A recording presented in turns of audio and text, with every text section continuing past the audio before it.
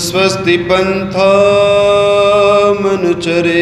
सूर्या चन्द्रमशाविव पुनर्ददताग्नता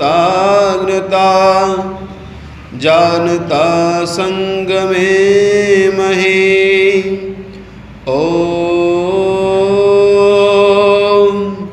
शान्तिः शान्तिः शान्तिः।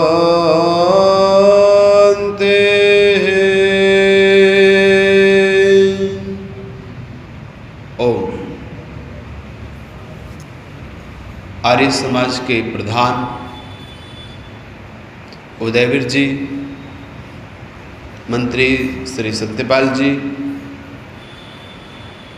कोषाध्यक्ष जी त्यागी जी, सभी आर्य समाज के सदस्यगण, आर्य समाज के पुरोहित, धर्माचार्य आचार्य निरंजन जी, वर्मा जी, माता जी, सभी माताएं, मंत्री, प्रधाना और कोषाध्यक्ष जी, आप सबके बीच में एक हम चैन चला रहे थे जो संस्कारों की।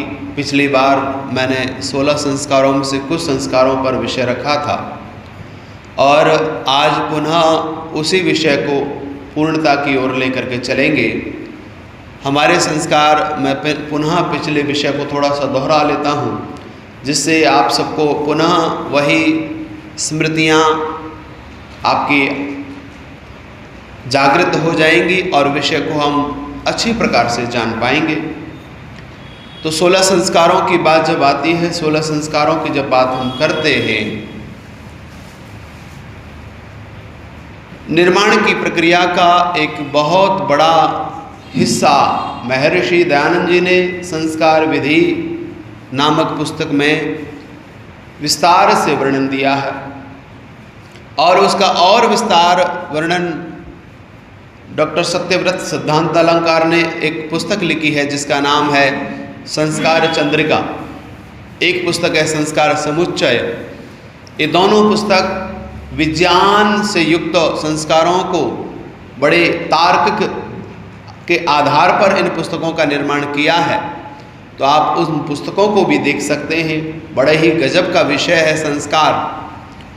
और जब जब निर्माण की प्रक्रिया का हम प्रारंभ करते हैं तो कहीं न कहीं संस्कारों का पृष्ठभूमि, संस्कारों की छाया हम सबके साथ होती है और उस छाया के साथ में हम अपने जीवन का निर्माण करते हैं।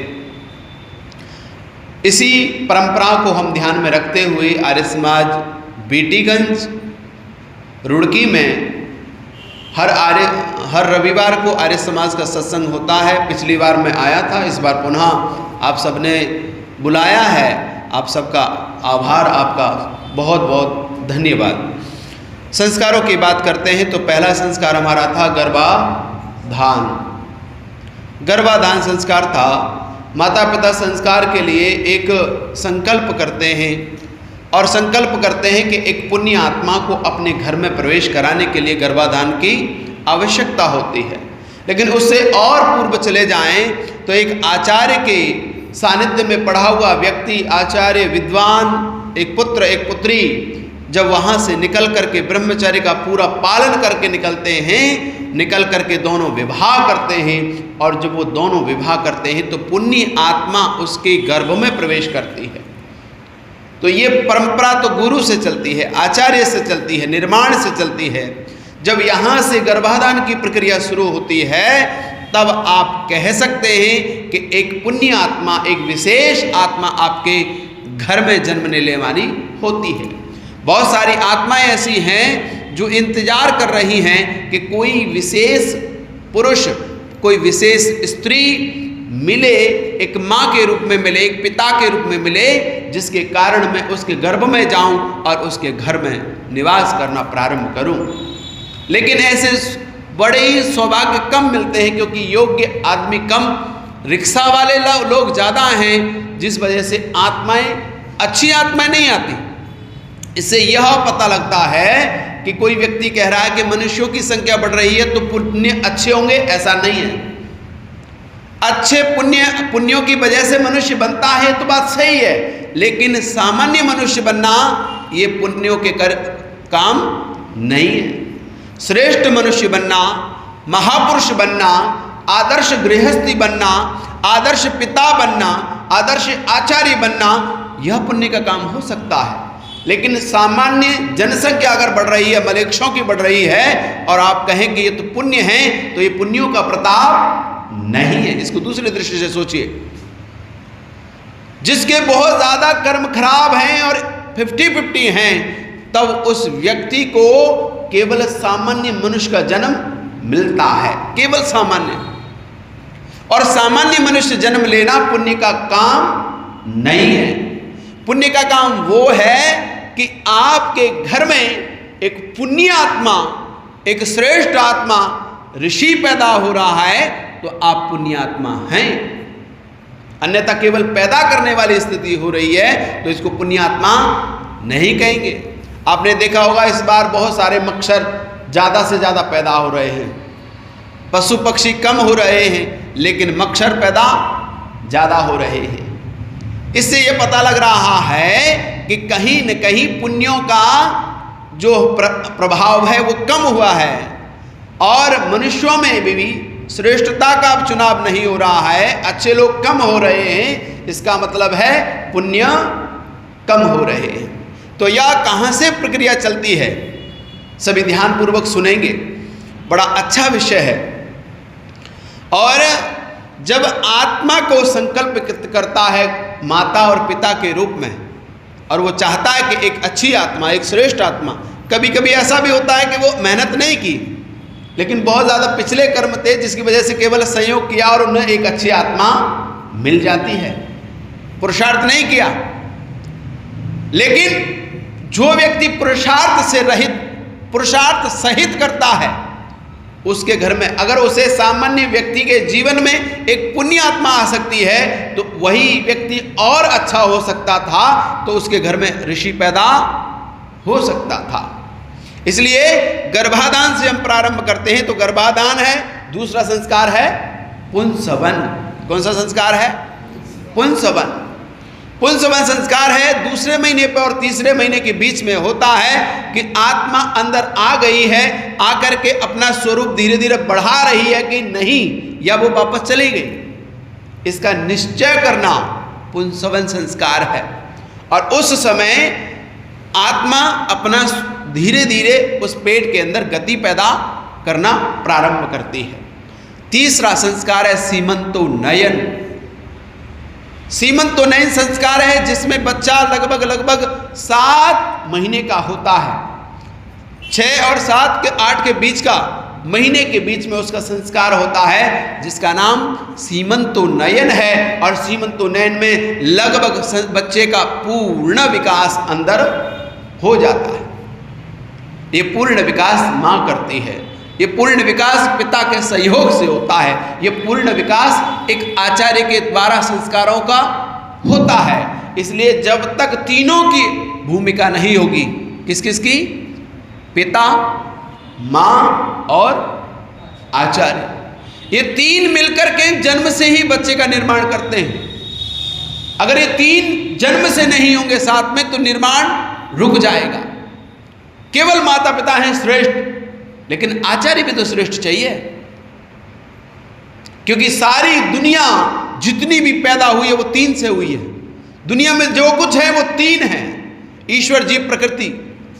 प्रकृति के भी तीन गुण हैं, सत, रज, तम। मन भी तीन से ही बना है।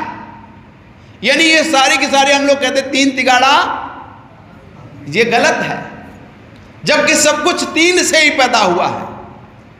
माता पिता मिलते हैं, एक आचार्य उसके साथ में सहयोग करता है, तो वह भी आचार्य मिलकर के तीन का निर्माण होता है, एक का निर्माण होता है तीन मिलकर के।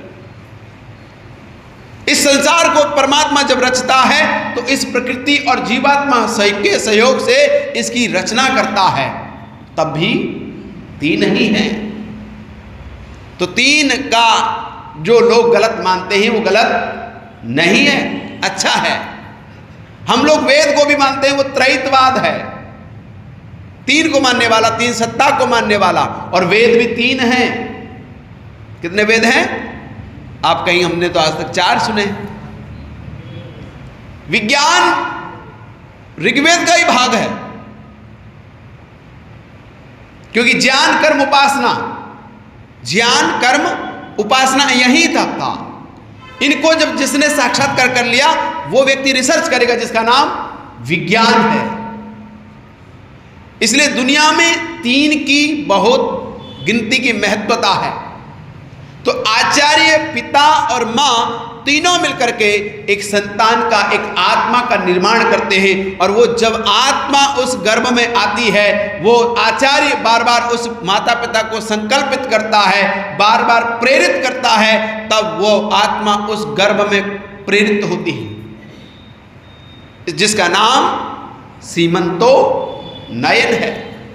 जैसे ही सीमंतो नयन पूरा होता है और अगला जैसे ही महीना 9वां निकलता है और 9वें महीने में जैसे ही बच्चे की पूरी आकृति पैदा हो जाती है और वो तैयार हो गया है कि अब मुझे बाहर निकलना है, इस दुनिया में निकलना है, इस दुनिया में कुछ करना है, अपने आत्मा के संस्कारों को दूसरों को दिखाना है, इसलिए वो स्वयं को बाहर परमात्मा से संकल्प करता है कि परमात्मा मैं अब इस जो पेट की दुनिया है, इस दुनिया से भौतिक दुनिया में आना चाहता हूं। और जब वो जैसे ही पेट की दुनिया से भौतिक दुनिया में आना चाहता है तो वहां एक संस्कार लिख दिया जिसका नाम है जात कर्म। क्या लिखा? जात कर्म। जात कर्म संस्कार लिखा। और जात कर्म संस्कार में बच्चा जैसे ही होता है, पहले तो सारे बच्चे कहाँ होते थे? घर में होते थे। और आज बच्चे कहाँ होते हैं? हॉस्पिटल में होते हैं। इसलिए वो हॉस्पिटल के चक्कर लगाते हैं, थोड़ा कुछ हो जाए ले चलो हॉस्पिटल। जब बच्चा घर में पैदा होता था, उस मिट्टी में पैदा होता था, उस मिट्टी के द्वारा अपने शरीर का शोधन करता था, वो बच्चा बाहर नहीं जाता था, हॉस्पिटल नहीं जाता था, वो घर में उस मिट्टी में ही खेल खेल करके अपने आप को स्वस्थ कर लेता था। लेकिन जैसे हमने पक्के मकान किए, पत्थर के मकान किए, हमारे घुटने खत्म हो गए। लोग सोचते हैं कि आप मार्बल लगवा लो, लोग सोचते हैं कि मकराना लगवा लो, बड़ा गजब का है, सुंदर दिखता है। लेकिन सुंदरता ये बाहर की है, यह सुंदरता ही व्यक्ति के जीवन के अंदर विनाश को पैदा करती है। कुछ लोग ऐसे भी होते थे कि पक्का तो करते थे लेकिन कच्चा भी रखते थे, जो चलने के लिए उनको, अगर एक कुत्ते है ना, कुत्ते को देखा है, उस कुत्ते को आप पक्के में रखिए, उसके नाखून लंबे होने लग जाएंगे, घिसेंगे नहीं। और नाखून लंबे होंगे तो उसके पैर दर्द करना शुरू कर देंगे। लेकिन जितना वो कच्चे में रहता है वो स्वस्थ रहता है। इसलिए मनुष्य के लिए भी कहा कि तू ऐसी लीपने वाली गोबर में, मिट्टी में अपने पैरों को रखेगा तो तेरे अंदर के जो रोग हैं, वो नेचुरोपैथी जो प्राकृतिक चिकित्सा है उसके माध्यम से भी जो रोगों को दूर किया जा सकता है। ऐसे ही व्यक्ति घर में अपने जीवन को स्वस्थ रखता था। वो बच्चा जमीन में पड़ा है, जमीन में खेल रहा है, कभी लेट रहा है छिपकली की तरह, तो उसकी माँ, कौन सी माँ? भूमि माता। उसकी भूमि माता उसके शरीर के अंदर से रोगों को दूर कर देती थी। वो हमारी मिट्टी है। लेकिन जैसे जैसे हम दूर गए, पक्के में गए, सुई इंजेक्शन के पास गए, कैंची के पास गए, हमारा जीवन हमारा कटना शुरू हो गया। धन भी गया, स्वास्थ्य भी गया, समय भी गया और हम भी चले गए। इसलिए कहा कि स्वामी दयानंद सरस्वती ने जो 16 संस्कार लिखे, उन 16 संस्कारों में बड़ी महत्वता है। अगर कोई व्यक्ति 16 संस्कारों को, अभी स्वामी रामदेव जी शुरू कर रहे हैं, बच्चे की माँ को यहीं रखना शुरू कर रहे हैं, गर्भ से ही रख रहे हैं, उनको वही माहौल देना चाहते हैं। वो देख रहे हैं कि कोई ऋषि पैदा हो सकता है क्या, हो सकता है। इसलिए हमें अपने संस्कारों पर ध्यान देने की आवश्यकता है। तो सीमंत तो नए संस्कार के बाद जात कर्म संस्कार होता है, और वो जात कर्म संस्कार में, यानी हमारे यहाँ 16 के 16 संस्कारों में भी क्या होता था, यज्ञ होता था, जो यज्ञ की प्रक्रिया को आज छोड़ दिया है। यज्ञ हमारे जीवन से चला गया। जो आर्य लोग हैं, आर्य विचारधारा वाले लोग हैं, वे तो यज्ञ को जानते हैं, करते हैं, लेकिन आर्य विचारधारा से जितनी भी अन्य विचारधारा हैं, उनके घरों में 10-10, 15-15, 20-20 साल हो गए हैं जिन्होंने आज तक यज्ञ को देखा ही नहीं। बिहार का परिवार है, हरिद्वार में रहता है, शायद उसके घर में बच्चे भी पैदा हो गए, 3-4 बच्चे हो गए, उनका नामकरण संस्कार भी उसने यज्ञ के द्वारा नहीं किया। कहता कि हमारे यहाँ तो परंपरा ही नहीं है यज्ञ करने की। नाम कैसे रखते हैं? बोले पैदा हो गया, बोले नाम रख दो, कुछ भी रख दो। तो वो कुछ भी रखेंगे तो कुछ भी बनेगा। जो बनाना चाहते वो बन कैसे सकता है, क्योंकि आपने तो कुछ भी रख दिया है। आज भी ऐसे भारत के ऐसे प्रांत हैं जिनमें नामकरण करने की प्रक्रिया ही नहीं है, संस्कार करने की प्रक्रिया ही नहीं है। उन्हें पता ही नहीं कि मनुष्य बनाना है। वो तो केवल व्यक्ति शरीर से मनुष्य जरूर हैं, लेकिन मानसिक रूप से और व्यवहारिक रूप से वह मनुष्य नहीं है। इससे पता लगता है कि व्यक्ति के जीवन में संस्कारों का कितना बड़ा महत्व है।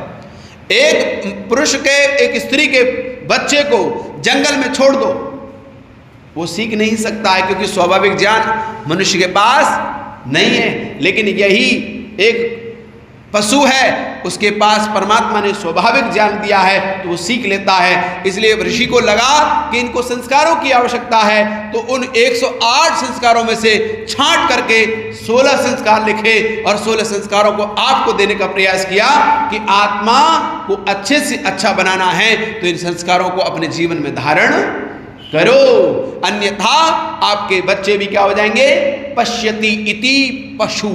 क्या हो जाएंगे? पश्यति इति पशु। जो देखता है, बदलता नहीं है, वो कौन हो जाता है? पशु हो जाता है। गाय क्या करती है, भैंस क्या करती है, घोड़ा क्या करता है, हाथी क्या करता है? केवल देखता है। क्या परिवार में परिवर्तन कर लेगा? नहीं। एक भैंस है, चारे के लिए खेत में कूद गई, आप लठ से ले आओ, फिर दोबारा वहीं जाएगी। लेकिन मनुष्य को अगर बता दिया गया कि नहीं, इसको नहीं करना है, तो वो धीरे धीरे धीरे अपने जीवन में संस्कार इकट्ठे करता है, और वे संस्कार जैसे उसके जीवन में इकट्ठे होते हैं तो उससे बचना प्रारंभ कर देता है। फिर भी पिछले जन्म के कोई ऐसे संस्कार हैं जिसकी वजह से वो कोई न कोई गलतियां कर बैठता है। इसलिए संस्कारों का कहा कि जातकर्म संस्कार के बाद नाम है नामकरण संस्कार। एक पिता जब जात कर्म संस्कार करता है तो आत्मा का नाम रखता है त्वम वेदोऽसि। क्या नाम रखता है? वेदोऽसि। और जब पिता लोक के लिए उसका नाम रखता है तो उसका नाम रखता है कि कोई सुरेश होगा, कोई क्या नाम है, उदयवीर होगा। ये नाम किसके लिए है? बोल आत्मा का नाम तो वेद है, आत्मा का नाम तो ओम है, लेकिन समाज में आपको व्यवहार करना है, इसलिए विभिन्न विभिन्न प्रकार के नाम आपके रखे गए। और एक पिता अपने पुत्र के हृदय पे हाथ रख करके और कान में बोलता है कि कहता है कतमोऽसि, कोऽसि, को नामाऽसि। तेरा नाम क्या है, तू किसका है, कहां से आया है? यह प्रश्न बच्चे के कान में पिता करता है। और जब ये प्रश्न पिता करता है और उसके बाद में अंतिम में प्रश्न उसकी मंत्र में बोलता है तम अमृतोऽसि। तू कौन है? अमृत है। तू कौन है? तुम वेदोऽसि। तू कौन है? तू वेद है। वेद का अर्थ मतलब पुस्तक नहीं है, वेद का अर्थ ज्ञान है, कि तू ज्ञान से भरपूर अपने आप को कर। तू वेद बन। तू वेद बनेगा तो इस देश की रक्षा करेगा, तू वेद बनेगा तो मेरी रक्षा करेगा, तू वेद बनेगा तो परंपराओं की रक्षा करेगा, तू वेद बनेगा तो इस संस्कृति की रक्षा करने वाला बनेगा।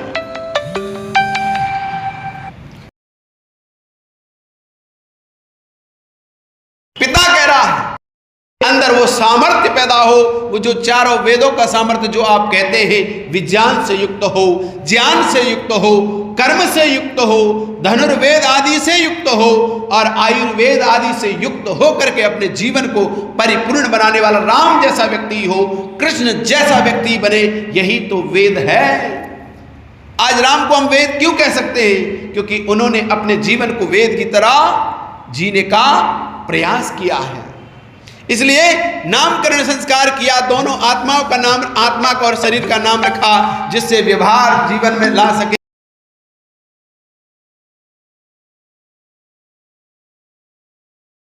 अन्नप्राशन संस्कार से पहला संस्कार है निष्करण संस्कार, कि जिस घर में मां के यहां पर वो लगभग, क्योंकि मां 3-4 महीने बाद अपने गांव जाना चाहती है, तो उस गांव जाने से पहले उसके लिए क्या करते हैं कि उसकी शरीर को कुछ बाहर की हवा लग जाए, इसलिए घर से दूसरे 2-3 घरों को छोड़ करके या जंगल की ओर जाकर के चंद्रमा के दर्शन और चंद्रमा को अर्घ और सूर्य को दिन में अर्घ दिया जाता है, और अर्घ दे करके यह कहा जाता है कि अब ये बच्चा बाहर जाने योग्य हो गया है।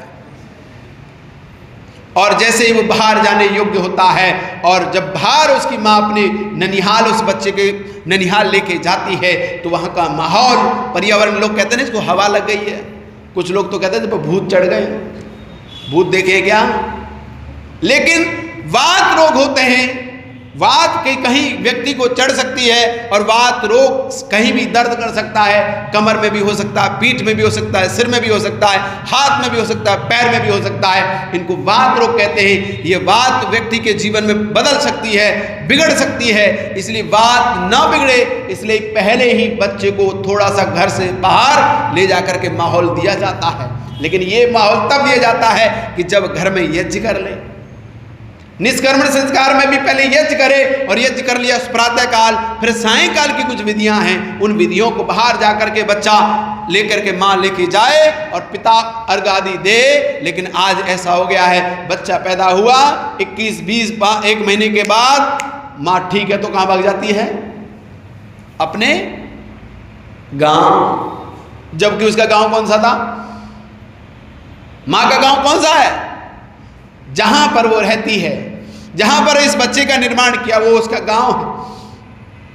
वो तो वह अतिथि के रूप में रह रही थी, और वहां से उन्होंने आतिथ्य उनका स्वीकार करते हुए उस बेटी को विदा कर दिया कि तेरा आतिथ्य अब समाप्त हो गया है, अब तू अपने उस घर में चली जा जो तेरा हमेशा जीवन भर का है। लेकिन माँ नहीं समझती इस बात को। आज की बेटियां इस बात को नहीं समझती हैं। वे बेटियां क्या करती हैं, 1 मिनट में फ़ोन कर देती हैं कि माँ इसने ऐसा कर दिया, माँ इसने ये कह दिया, और माँ भी लगातार घंटों घंटों उसके इंजेक्शन थोड़े थोड़े देती रहती है। और वे इंजेक्शन उसके अंदर ऐसे कैंसर के पैदा करती है कि उसके घर को बर्बाद कर देती है, और कहती है कि मैंने तो तेरे लिए अच्छा किया था, लेकिन वो अच्छा नहीं था। वे कैंसर के कीमो के इंजेक्शन थे जो तुमने डेली उसको दिए। इन इंजेक्शन को छोड़ना है। जब माँ कहेगी बेटा तेरा वही घर है, तुझे उसी घर में रहना है, उसी घर से तेरा भविष्य है, क्योंकि मेरा भविष्य यहाँ से है। आज मैं 60 साल की हो गई हूँ, मुझे आज पता लगा कि मेरा घर कौन सा है, ये है। क्योंकि भाई कहता है, जब माँ जो बहन अपने भाई के यहाँ जाती है तो कहता है बहन कब जाएगी अपने घर, लेकिन बहन क्या कहती है कि जाऊंगी, टाइम लग जाएगा तो। लेकिन अगर घर में बहुत सारे काम चल रहे हों तो बहन को भाई कहता रुक जा, तो वो क्या कहती है, नहीं भैया अब नहीं रुकूंगी, घर में बहुत सारे काम पड़े हैं, कोई देखने वाला नहीं है, बहू काम करती नहीं है, मुझे ही झाड़ू पोंछा सब कुछ रोटी पानी मुझे ही करने हैं, इसलिए भैया तेरे यहाँ से काम नहीं चलेगा। लेकिन ये बुद्धि कब आती है? जब बच्चे बड़े हो जाते हैं और विवाह हो जाता है। जब बहू आ जाती है तब ये पता लगता है कि जब बहू को रोकती है ना कि तू मायके कम जाया कर, मायके में बहुत कम किया कर, तो वो कह सकती है कि तू भी यही करती थी। अगर ये संस्कार, ये समझ, ये ज्ञान हमें पहले ही हो जाए कि मेरा घर ये है, मेरा पिता का घर मेरा कभी हो ही नहीं सकता है, मेरा घर यही रहेगा, तो वो लड़की अपने घर को संभाल सकती है, अपनी संतान का निर्माण कर सकती है। इसलिए कहा कि जो निष्कर्मण संस्कार है, कम से कम माता को 3 महीने से 4 महीने तक जब तक संस्कार न हो जाए तब तक वो अपने गांव ना जाए जो मायका है उसका। इसलिए बहुत सोच समझ कर ऋषियों ने लिखा। लेकिन आज चली जाती हैं तो दूसरे दिन ही बच्चा बीमार हो जाता है, फिर पति को फोन करती हैं कि लाला बीमार है, क्या करें? वो कहो हॉस्पिटल चले जाइयो, ले गए हॉस्पिटल। एक एक चीज ऋषियों ने लिखी, बड़ी विधान पूर्वक लिखी, उससे बच्चे का निर्माण होता था, उसके बच्चे के शरीर को वज्र बनाया जाता था, और जो शरीर 25 साल तक वज्र बन जाता था वही शरीर गृहस्थ में जाता था तो 50 वर्ष तक उसको कोई घर में परेशानी नहीं होती थी। आज क्या समस्या हो गई? बच्चे पैदा नहीं हो रहे। क्यों? क्योंकि जिस शरीर के निर्माण की आप बात करते हैं वह शरीर वास्तव में निर्मित नहीं हुआ है, जिसकी वजह से बहुत सारी बीमारी चली हमें सामने दिखाई नहीं देती हैं, लेकिन इनके दूरगामी परिणाम जब हम देखते हैं तो इनको पता लगता है कि ये कहीं न कहीं संस्कारों का अभाव रहा, जिसकी वजह से ये बच्चा ऐसा बना। अगला संस्कार है जिसका नाम है अन्नप्राशन संस्कार। जैसा खाओगे अन्न वैसा होगा मन। समय बहुत जल्दी भाग रहा है, मुझे लग रहा है आज का विषय भी ये पूरा नहीं हो पाएगा। अन्न की बात करते हैं, अन्न आपके जीवन में आपका निर्माण करता है। अन्नमय कोश बना हुआ है, जो शरीर का निर्माण जो होता है उनमें से अन्न की बड़ी भूमिका है। अन्नमय प्राण कहा है, अन्न को प्राण माना है, ईश्वर माना है, भगवान माना है, महापुरुष माना है। उपनिषद भी कहते हैं अन्नम वै प्राणः, अन्न प्राण का निर्माण करता है, प्राण को बलवान करता है।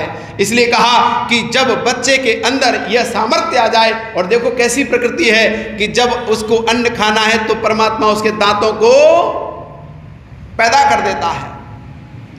जब तक उसके दांत नहीं है इसका मतलब उसको दूध पीना है, और जैसे ही उसके दांत आ जाते हैं उसका दूध बंद हो जाता है, और जैसे दूध बंद होता है उसकी अन्न का सामर्थ्य पैदा हो जाता है, उसकी जठराग्नि पैदा हो जाती है, उसके अंदर भोजन को पचाने वाली, और जब वो भोजन करता है तो वो भोजन उसको पचाने वाला होता है, सामर्थ्यशाली होता है। इसलिए परमात्मा ने आपके जीवन के निर्माण के लिए धैर्य कहा कि रुक जाओ, ठहर जाओ, 6 महीने रुको, इस बच्चे को दूध पीने दो, इस बच्चे का निर्माण होना है, इस बच्चे के शरीर का विकास होना है। इसलिए अभी दूध की आवश्यकता है, अन्न की आवश्यकता नहीं है, क्योंकि जैसे ही अन्न आएगा शरीर में विकार पैदा होंगे। लेकिन अगर अन्न नहीं है और दूध की मात्रा उसने पी रखी है तो कहते हैं कि जो बच्चा दूध पीता हो और किसी के कान में समस्या हो तो उस बच्चे के मूत्र को कान में डाल दिया जाए तो उसका कान ठीक हो जाता है।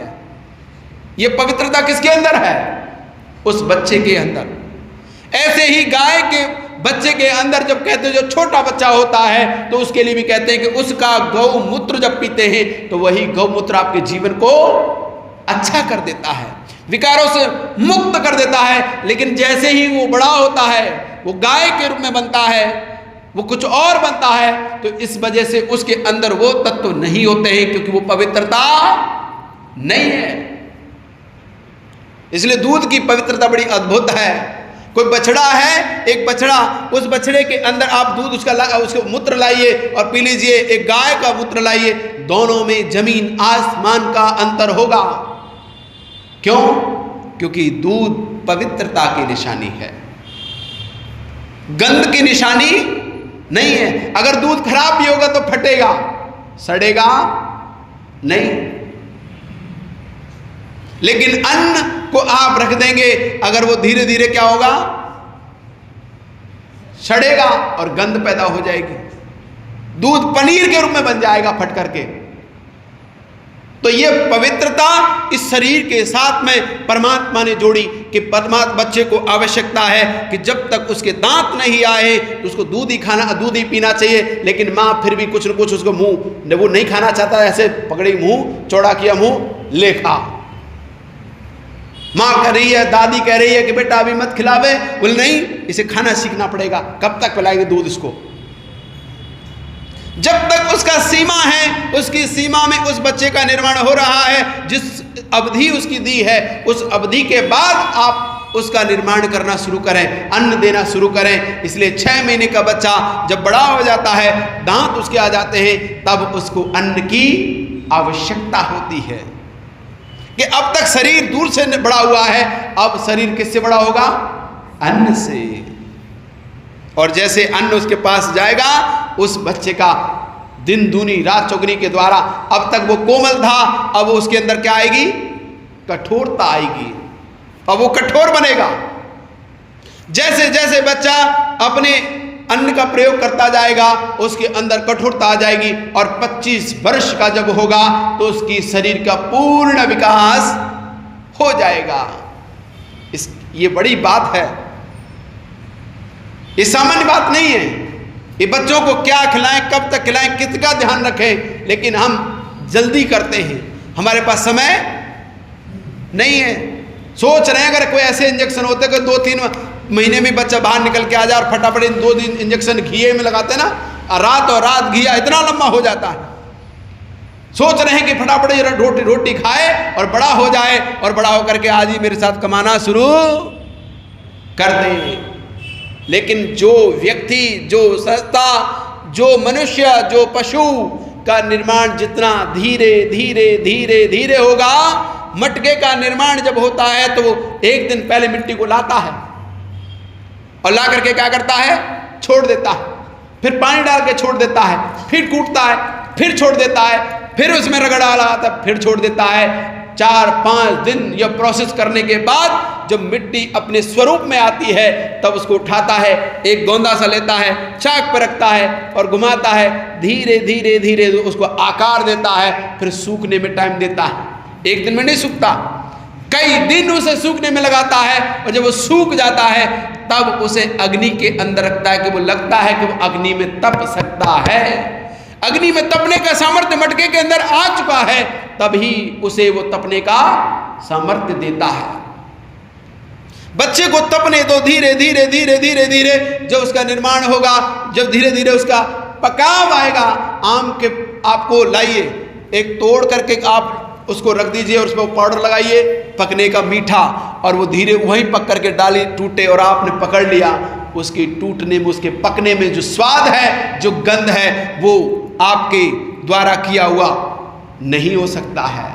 इसलिए संस्कार व्यक्ति के जीवन के धीरे धीरे धीरे धीरे निर्माण को पकाते हैं, पकता है पकता है। जब वो पक जाता है तब वो गृहस्थ में बेचते हैं, और जब तक पकता नहीं है तब तक उसे गृहस्थ में नहीं बेचते। इसलिए कहा कि अन्न के द्वारा अपने शरीर का निर्माण हो जाए, और अन्न जब आप सेवन करने लग जाएं तो अगला संस्कार उसके बाद कौन सा है? अन्नप्राशन के बाद चूड़ा कर्म संस्कार, जिसे मुंडन संस्कार कहते हैं। और मुंडन संस्कार या तो 1 वर्ष या 3 वर्ष में। और उन बच्चों के लिए देखो क्या किसी विधा है कि जब वो गर्भ में था, सीमंतोनयन संस्कार में था, तब पिता अपनी पत्नी के सिर में बढ़िया तरह तेल डाला था। क्यों? क्योंकि उसके बच्चे के, क्योंकि उस समय बाल उपज रहे होते हैं पेट में, तो वो माँ के पेट में, माँ के सिर में तेल डाल रहा है, तो उसके बच्चे के बाल और मजबूत हो रहे हैं। लेकिन जैसे वो बाहर आ गया, अब और विधि से होगा, जिसका नाम मुंडन संस्कार कहते हैं, चूड़ा कर्म संस्कार कहते हैं। और चूड़ा कर्म संस्कार जब करते हैं, नाई को बुलाया जाता है और नाई को कहा जाता है, और नाई के द्वारा उस उस्तरे को नया मंगाया जाता है, और मंगाने के बाद उसकी कुछ विधियां हैं, उन विधियों को करने के बाद उसके सिर पर मक्खन और दही बढ़िया तरह रगड़ा जाता है, कि जिससे दोबारा बाल जो आए वो कैसे आए? अच्छे और कोमल मुलायम काले बाल पैदा हों। ये सामान्य बात नहीं है। एक एक संस्कार को आप उठा के देखिए कि बच्चे के अगर सिर पर बाल नहीं है तो वो कैसा लगेगा? कैसा लगेगा? ये जितने भी बैठे, मैं भी हूं उनमें, मेरे भी बाल जाली है।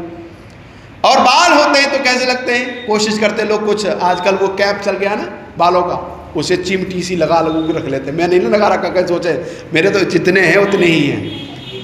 लगा करके देखते, आप देखोगे कि उसकी सुंदरता बढ़ जाती है।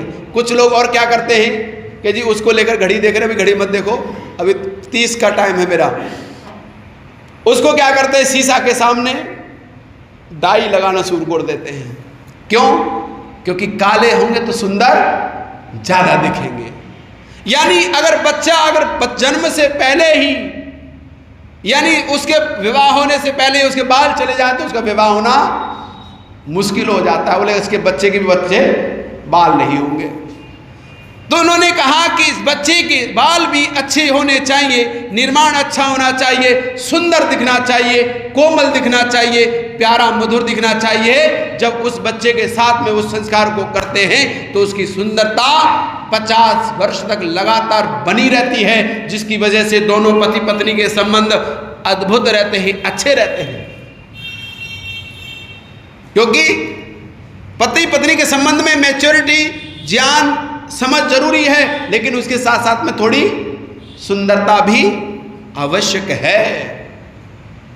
इसलिए बाल जब ये मुंडन संस्कार आदि करते हैं तो मुंडन संस्कार को एक दो बार उसी प्रकार से उस तरह से करवा करके फिर दोबारा उसको किया जाता है। और नापित से छुरे से जब करते हैं तो छुरे की तरफ पिता देखता है, निवेदन करता है कि छुरे को कहता है कि तू मेरे पुत्र के लिए मित्र बन जा, मित्र की तरह तू इस बालों को केश कर्तन करना, क्योंकि इसको अगर थोड़ा भी लग गया तो मेरे दर्द होगा। ऐसी प्रार्थनाएं वहाँ लिखी हुई हैं कि वो प्रार्थनाएं अपने नाई से करता है, अपने क्षूरे से करता है, क्षूरे को देख करके ये प्रक्रियाएं हैं।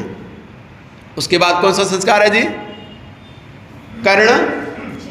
कर्ण भेद संस्कार मेरा भी हो रखा है, सबका होना चाहिए।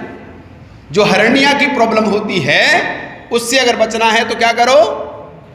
संस्कार करना ही चाहिए, अनिवार्य रूप से करना चाहिए।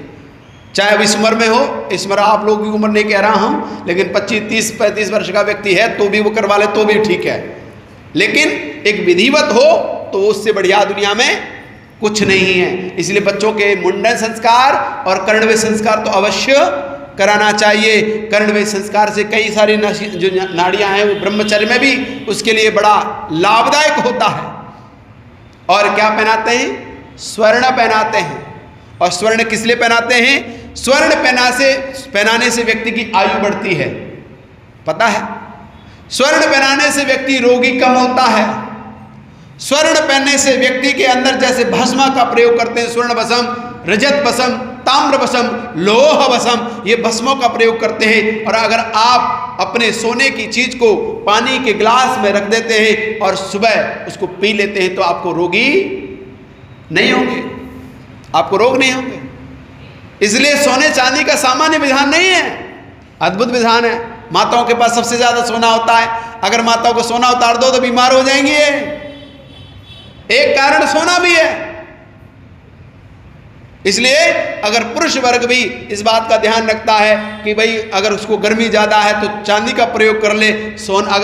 अगर व्यक्ति के अंदर कमजोरी ज़्यादा है, बुढ़ा जब बुजुर्ग हो गया है तो वो क्या करे? उस सोने को रख के ना जाए, नहीं तो मर जाएगा, उसके बाद कोई और ले जाएगा। भूत बन के देखता रहेगा मेरा सोना किसने ढूंढा। इसलिए उस सोने का जो आपके पास है उसका सदुपयोग अपने सामने कर लो, बाद में कुछ नहीं बचने वाला है। उसको अपने गिलास में रख करके और उसका पानी पियो। जिंदगी में डॉक्टर के पास जाने की आवश्यकता नहीं पड़ेगी अगर इसको लगातार कर लिया तो। अपने सोने को अपने पर प्रयोग करो। आप सोचते हैं कि मेरा सोना जब तक है ठीक है, नहीं बच्चे ले लेंगे, क्या करोगे उसका? तुम ही नहीं रहे तो क्या करोगे इसका? हर आत्मा अपने लिए आता है, ये बात ध्यानपूर्वक सुन लो। हर आत्मा अपने लिए आता है और अपने द्वारा जितने पुण्य आप कर सकते हो, जितना आप दान दे सकते हो, जितना किसी की सहायता कर सकते हो, तो वही आपका है। अगर बच्चे आपके करेंगे वो आपका साथ में जुड़ने वाला नहीं है, कभी नहीं जुड़ेगा। इसलिए अपने द्वारा ही दो, जीते जी दे लो, जीते जी सेवा कर लो, जीते जी किसी की सहायता कर लो, जीते जी किसी को पढ़ा लो, जीते जी किसी के साथ में अच्छी बातें कर लो। बुरे करने वाले तो दुनिया में बहुत सारे लोग हैं। इसलिए संस्कार कौन सा था जी? कर्णवेद संस्कार। इसलिए कान छिदाने की विधि बड़ी अद्भुत है, तो इसलिए कान हमें छिदाने चाहिए। अगला संस्कार कौन सा है जी? उपनयन संस्कार। आपका समय होने वाला है। उपनयन संस्कार जिसे जनेऊ संस्कार कहते हैं, जिसे पितृ ऋण, मातृ ऋण और गुरु ऋण या ऋषि ऋण कह सकते हैं, देश ऋण भी कह सकते हैं। जो 3 धागे के रूप में आपको दिखता है वो 3 धागे नहीं है, वो जीवन का बहुत बड़ा आपका रक्षा कवच है, आपकी रक्षा करता है। इसलिए जो जनेऊ संस्कार है, उपनयन संस्कार है, वो भी आपके जीवन में बड़ा ही महत्व रखता है। चलो आगे हम जनेऊ संस्कार और आगे वाले संस्कारों पर अगली चर्चा हम करेंगे। इतना ही कह करके आप सबने ध्यानपूर्वक सुना, आप सबका बहुत बहुत धन्यवाद। क्योंकि मैं समय का ध्यान रखता हूं, जो समय का ध्यान नहीं रखता व्यक्ति, उसका कोई ध्यान रखने वाला पैदा नहीं होगा। इसलिए आप सबका बहुत बहुत धन्यवाद, आप सबने ध्यानपूर्वक सुना। ओम सम। यूट्यूब पर डाला का है, लाइव चलाया है यूट्यूब पर।